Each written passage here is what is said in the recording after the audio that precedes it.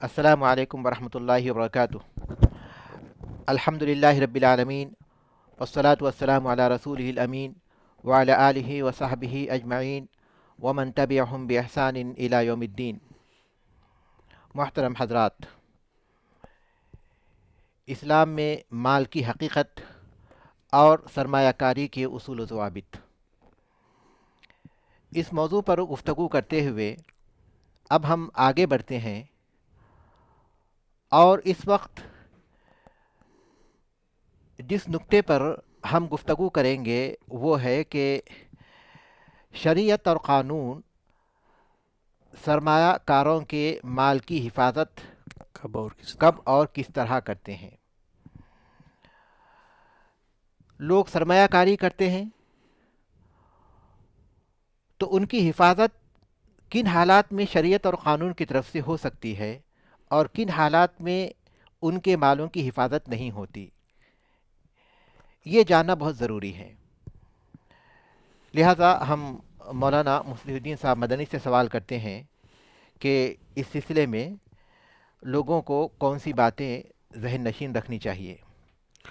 जज़ाकल्लाह खैर। तो इस सिलसिले में सबसे बुनियादी तौर पर अल्लाह तबारक व तआला के इस फरमान को हमेशा जहन में रखें। आऊज़ु बिल्लाहि मिनश शैतानिर रजीम, बिस्मिल्लाहिर रहमानिर रहीम। या अय्युहल्लज़ीना आमनू इज़ा तदायनतुम बिदैन इला अजलिन मुसम्मा फक्तुबू। कि देखें, अल्लाह तबारक व तआला कहते हैं, ये आयत तदायुन कुरान की सबसे बड़ी आयत है जिसमें अल्लाह तबारक व तआला ने माली उमूर के सिलसिले में कुछ हिदायतें दी है सारी कायनात के लिए।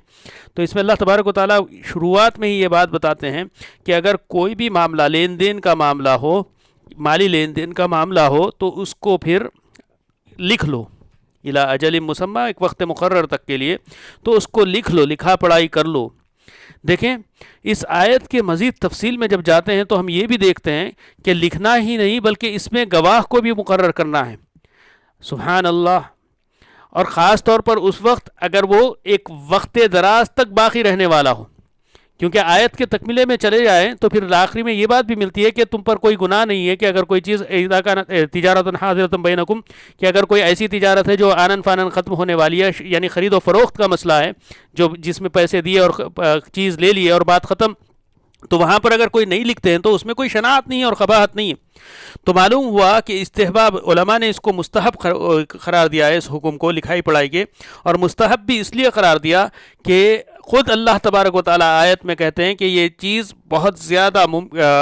पसंदीदा है अल्लाह तबारक व तआला को और बहुत ज़रूरी है या फिर बहुत अहम हो जाती है अदल व इंसाफ कायम करने के लिए। तो देखें, पूरी आयत को अगर हम इसके मफ़हूम की तरफ चले जाएं तो मालूम होता है कि लिखा पढ़ाई और गवाह मुकर्रर कर लेना, यानी ऐसी सूरतें पैदा कर लेना कि जिसमें फिर अगर एक वक्त के बाद वापस जाकर जांच की नौबत पड़ जाए कि भाई किसके क्या हुकूक हैं, किसके क्या वाजिबात है, किसकी क्या जिम्मेदारी थी, पैसे अगर दिए गए या लिए गए तो किस वजह से लिए गए, ये सारी बातें बिला शक व शुबा के हर एक के सामने आ जाए। ऐसी कैफियत में अगर हो तभी शरीयत भी हमारी हिफाजत करती है मुकम्मल तौर पर। क्यों? क्योंकि अल्लाह के रसूल सल्लल्लाहु अलैहि वसल्लम का मुकम्मल तौर पर पूरी शरीयत में यही है कि नहकुमु बिज़्ज़ाहिर, जो ज़ाहिर होता है हम उसी पर फैसला करेंगे, वनतवल्ला सराइर इलल्लाह। और रही बात लोगों के दिल के अंदर की बात कि ख़ियानत और ये सब चीज़ें, बदनीयती, ये सब बातें, अल्लाह उसका हिसाब लेने वाला है। लिहाजा अगर शरीयत को दुनिया में, अगर हम चाहते हैं कि दुनियावी ज़िंदगी में शरीयत हमारे माल की हिफाजत करे, तो उसको पहले महफूज करना समझें, महफूज करने के तरीक़े इख्तियार करें कि लिखा पढ़ाई हो जाए, गवाह मुकर्रर कर लें और जो भी मॉडर्न तरीक़े हैं उनको इख्तियार करें। ये एक बात हुई। और क़ानून कब हिफाजत करता है तो देखिए, सुभान अल्लाह, अल्लाह की हिकमत का तो एतराफ़ करना होगा नॉन मुस्लिम्स को और गैर मुस्लिमों को भी कि यही बात क़ानून में भी पाई जाती है। अगर कोई सबूत मिल जाए, कोई दलील मिल जाए, कोई लिखा पढ़ाई हुई चीज़ मिल जाए, तभी क़ानून भी हमारी हिफाजत करता है। और इसी चीज़ को मुहकम बनाने के लिए और पुख्ता बनाने के लिए क़ानून में ये होता है कि नौइयत, किस किस्म की तिजारत है, उसकी नौइयत की बुनियाद पर इदारे मुकर्रर होते हैं, हुकूमती इदारे, कि वहाँ पर उसका रजिस्ट्रेशन होगा, वहाँ पर उसका इंदिराज होगा। उसके बाद वो हुकूमत का वो इदारा जिम्मेदारी लेगा। यानी उसके बाद अगर कुछ भी गड़बड़ होती है तो जो माल लगाते हैं ان کے دفاع کے لیے وہ چیز سامنے آئے گی، کورٹ ان کو اس کا حق واپس دلائے گا، لیکن کب؟ جب پہلے ان کے پاس اندراج تو ہو جائے۔ اب مثال کے طور پر ہم جس موضوع سے کے حوالے سے بات کر رہے ہیں، یعنی استثمار یا پھر سرمایہ کاری اور اس قسم کی چیزوں میں، ہندوستان کا قانون ہے اگر کوئی ڈپازٹس انویسٹمنٹ کی پرپز سے لیتے ہیں، استثمار کی غرض سے یا سرمایہ کاری کی غرض سے لیتے ہیں، تو اس کا اندراج ہونا چاہیے RBI یا سیبی میں۔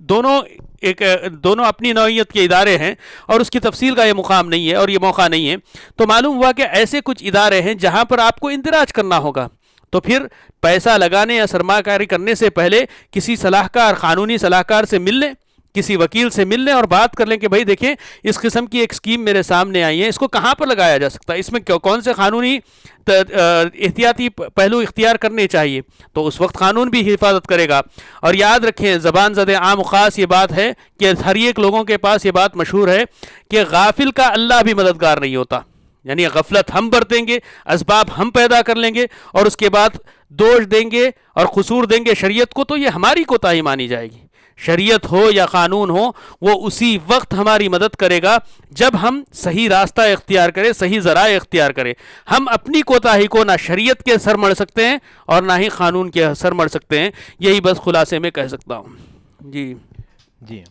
جزاکم اللہ خیر۔ کافی اہم باتیں مولانا نے ذکر کی کہ ہمارے قانون اور شریعت ہمارے مال کی حفاظت کے سلسلے میں کہاں ہماری مدد کرتے ہیں۔ تو واضح طور پر ہمارے سامنے یہ بات آ چکی کہ کسی بھی معاہدے یا پھر کسی بھی طرح کے عقد میں، تجارتی چیزوں میں یا کاروبار میں شرکت سے پہلے ہمیں اس بات کا پوری طرح خیال رکھنا چاہیے کہ شرعی طور پر اور قانونی طور پر جو باتیں ہمیں بتائی گئی ہیں ان کا اہتمام کریں۔ ان میں بنیادی طور پر باقاعدہ ہمارا اشتراک، ہمارا شریک ہونا، یہ تحریری طور پر محفوظ کر دیا جائے، لکھا پڑھائی کی شکل میں ہو اور اس پر گواہ مقرر کر دیے جائیں۔ وَاسْتَشْهِدُوا شَهِيدَيْنِ مِن رِجَالِكُمْ فَإِن لَّمْ يَكُونَا رَجُلَيْنِ فَرَجُلٌ وَامْرَأَتَانِ، اور تمہارے مردوں میں سے 2 گواہ مقرر کرو، اور اگر 2 گواہ نہ ہو تو 1 مرد اور 2 عورتیں گواہ بنا لو۔ یہ مالی امور میں ہمیں ہدایت دی گئی ہے، اس بات کا پورا اہتمام کرنا ضروری ہے۔ ہم جب احادیث کی کتابیں پڑھتے ہیں اور فقہ کی کتابوں کا مطالعہ کرتے ہیں تو باقاعدہ ہم دیکھتے ہیں کہ اہل علم نے اپنی کتابوں میں عقود توثیق، جن کو کہا جاتا ہے، باب الکفالہ، باب الضمان اور باب الرہن، ان کو عقود توثیق کہا جاتا ہے، جن کے ذریعے ہم اپنی چیزوں کو، اپنے حق کو مضبوط کرتے ہیں۔ کفالت یعنی کوئی آدمی کفیل بنے کہ ہم تمہارے قرض کی واپسی کے لیے جس کو تم قرض دے رہے ہو ہم اس کو حاضر کریں گے، یا پھر ضمانت کے کوئی ضمانت لے کہ میں ذمہ داری لیتا ہوں کہ اس کا قرض تمہیں دوں گا، یا پھر یہ کہ باب الرہن، جو قرض لے رہا ہے وہ رہن کے طور پر اپنی کوئی چیز اس کے پاس رکھا دے۔ تو اس سے بات معلوم ہوتی ہے کہ اسلام میں حقوق کی حفاظت کے لیے باقاعدہ احکام دیے گئے ہیں، اور ان احکام کا باقاعدہ کتابوں میں ذکر کیا گیا، احادیث کی کتاب میں اور پھر فقہ کی کتابوں میں، قرآن مجید میں اس کا ذکر کیا گیا ہے۔ تو ایک ایسی چیز جس کا اس قدر اہتمام کے ساتھ ذکر کیا گیا ہے، اگر کوئی آدمی اس کا اہتمام نہیں کرتا تو اپنی کوتاہی کی سزا اسی کو خود بھگتنی پڑے گی، اور اس کے بعد پھر اگر وہ یہ چاہے کہ فتنہ کھڑا کرے، لڑائی جھگڑا کرے یا پھر گڑبڑ کرنے کی کوشش کرے تو اس سے کوئی حاصل ہونے والا نہیں ہے، کیونکہ نہ تو قانونی طور پر اور نہ شرعی طور پر اس نے ان باتوں کا اہتمام کیا۔ جب اس نے ان باتوں کا اہتمام نہیں کیا تو پھر اسے ان باتوں کا اہتمام نہ کرنے کی وجہ سے جو حالات پیش آئے ہیں اسے برداشت بھی کرنا ہوگا۔ اس میں شک نہیں کہ اس کا مال اللہ تعالیٰ کے پاس تو ضائع نہیں ہوگا، اللہ تعالیٰ کے پاس تو اس کا حق ملے گا، اور قیامت کے دن جس شخص نے اس کے مال کو دھوکے کے ساتھ ضائع کیا ہے، قیامت کے دن اس کی نیکیاں اسے ملیں گی یا پھر اس کے گناہ اس پر ڈال دیے جائیں گے۔ یہ چیز اللہ تعالیٰ کے پاس ضائع نہیں ہوگی، لیکن دنیاوی حقوق کا جہاں تک معاملہ ہے، جب اس نے ان باتوں کا اہتمام نہیں کیا جو شریعت میں اسے بتائی گئی ہیں یا قانونی طور پر جن کی اسے ہدایت دی گئی ہیں، اس کا اہتمام نہیں کیا، تو دنیاوی طور پر تو وہ محروم رہے گا، لیکن اخروی طور پر اس کو جو بھی اجر و ثواب ہے وہ انشاءاللہ ضرور حاصل ہوگا۔